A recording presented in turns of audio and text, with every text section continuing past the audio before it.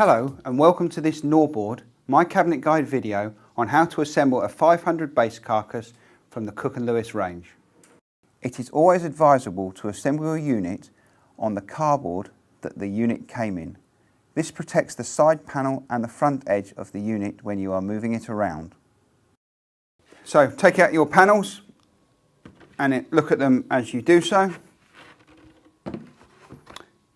That's my left-hand end panel. Included in your pack is an assembly guide. This is the minimum tools required, the additional fittings that are in your pack, and the panels that come within your box. Please follow the assembly guide carefully because there is information in here that is very useful. As with all the Cooke Lewis cabinets, all the fittings have been pre-inserted. I don't need my shelf at the moment, so I'm going to put that to one side. In your front rail there is a groove. This groove should always be up when you put your rail into position. We have a leg pack,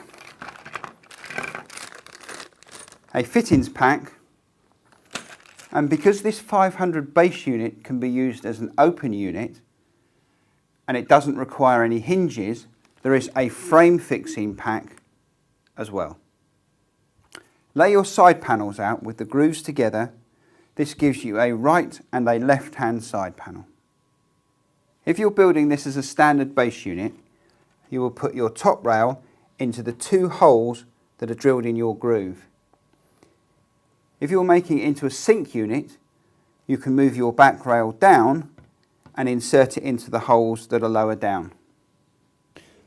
There is an arrow on the cam. When you tighten the cam up and you go clockwise for this, the arrow should end up about 12 o'clock. So at the moment it's at 6 o'clock. I turn the cam and the arrow ends up at about 12 o'clock. When I tighten this cam up, what it does is it pulls the metal stud down, expanding the plastic around this outside, locking it very tight into position. The good thing about that fitting is, if I need to undo it, what I do is I undo the cam and the metal comes back out. The plastic goes back in and you can reuse it. Okay, put your back rail into position. Tightening the cams as you go.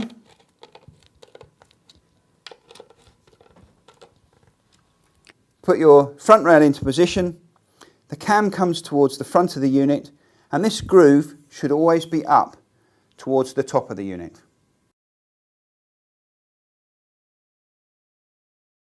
Now I'm going to put my base into position, ensuring that the groove is in line with the groove in my side panel. Tighten the cams up. If you are using this as a sink unit and you have moved your back rail down into the holes in your groove, don't forget you will also need to cut your back panel down to correspond.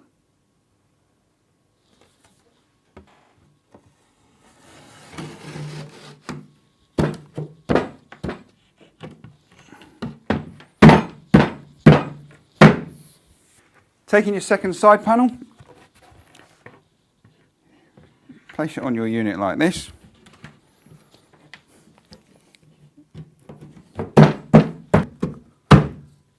And do your last one like that. That's your base unit assembled. In this fittings pack are other pieces that you require to complete your unit, and I'll show you where they go now. The additional fixings that come with your Cooke Lewis units are shelf pegs, angle brackets, work surface fixing blocks, joining bolts, 15mm screws, 8mm silver cover caps and 5mm silver cover caps. To fix your units together you use joining bolts. You drill a 5mm hole through both side panels, you insert the female part in first and then using the male part put it in and you tighten them up. The rear work surface fixing block goes in here. The centre of the three remaining holes. When it is time to fix your work surface down, a screw has been provided for this. Silver cover caps are provided for all unused holes. This is an 8mm one and there are 4. And that fills in all the unused 8mm holes. 5mm covers are provided for all unused 5mm holes. And when you're happy that your unit is complete, you can put them in, tap it into position, and that then hides all the holes. Just to show you what it looks like completed. To fix your units to the wall, L brackets have been provided. They go at the top of the unit. As a tip, if you put them at a slight down angle, it'll make it easier for you to get a screwdriver in there when you need to tighten them up. So what you do now is you just mark around this, take in your drill, drill a pilot hole, and then using one of the 15mm screws provided, fix it into position.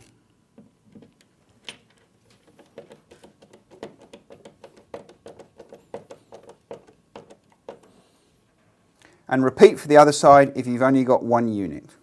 In each standard base unit there is one shelf. 4 shelf pegs have been provided. Push them in like this. If you put them in the wrong hole, like that, just take a screwdriver, turn them anti-clockwise and they come out. Repeat for the other side. I'm now going to insert my shelf, put it in like this. Now this particular unit, the shelf is fixed but still adjustable. To fix it, once it's in position, you tap it down.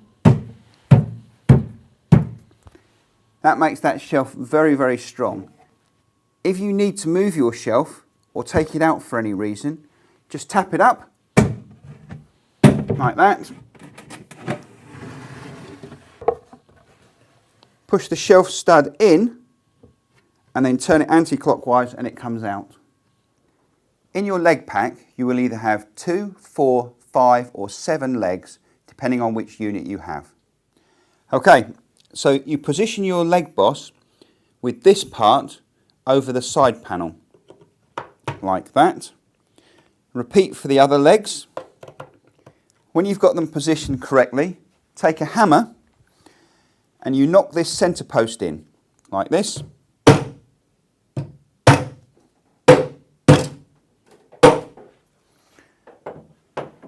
In doing that, it actually stops the leg boss from pulling out.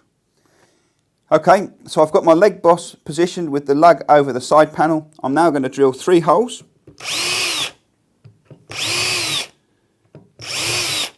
Don't push too hard in case you go through your base panel. And then repeat for the other legs and put the screws in. The screws are the 15mm ones that come with your pack.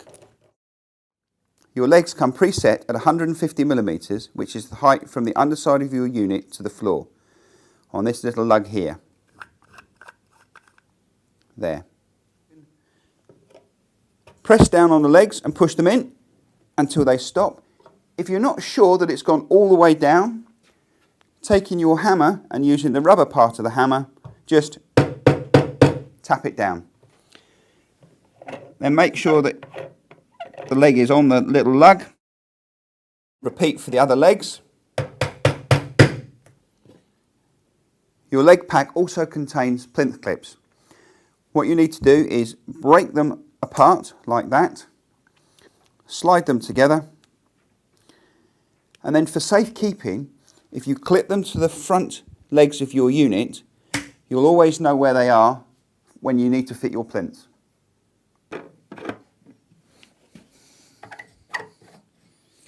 Your angle bracket goes at the top here. As a tip, if you angle it down slightly, you can actually get a screwdriver and a drill in there for fixing it to the wall. So I'm now going to mark that and then drill it. When you're drilling, don't push too hard in case you go through, and never put your hand behind like this. Here we are.